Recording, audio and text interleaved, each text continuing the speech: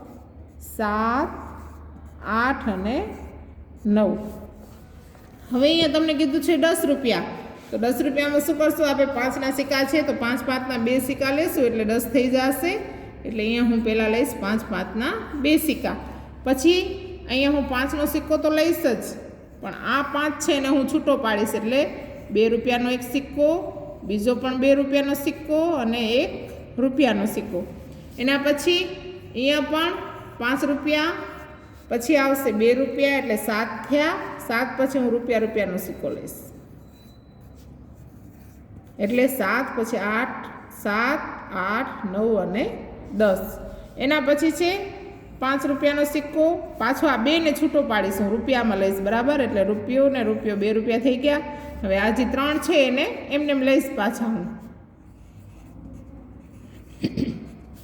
એટલે 10 થઈ ગયા. બરાબર, પછી છે 10 રૂપિયા, તો હું 2 રૂપિયાના 5 સિક્કા લઈશ એટલે 10 થશે. 2 પછી 3 4 5 6 7 8 9 અને 10. પછી છે 10 રૂપિયા ફરી.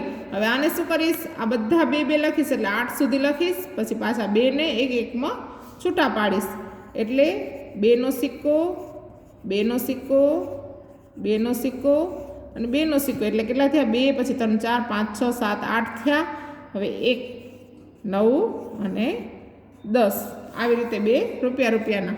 પછી ફરી અહીંયા 2નો સિક્કો, પાછો 2નો સિક્કો, અહીંયા 2નો સિક્કો. એટલે કેટલા થયા? 2 3 4 5 6 થયા.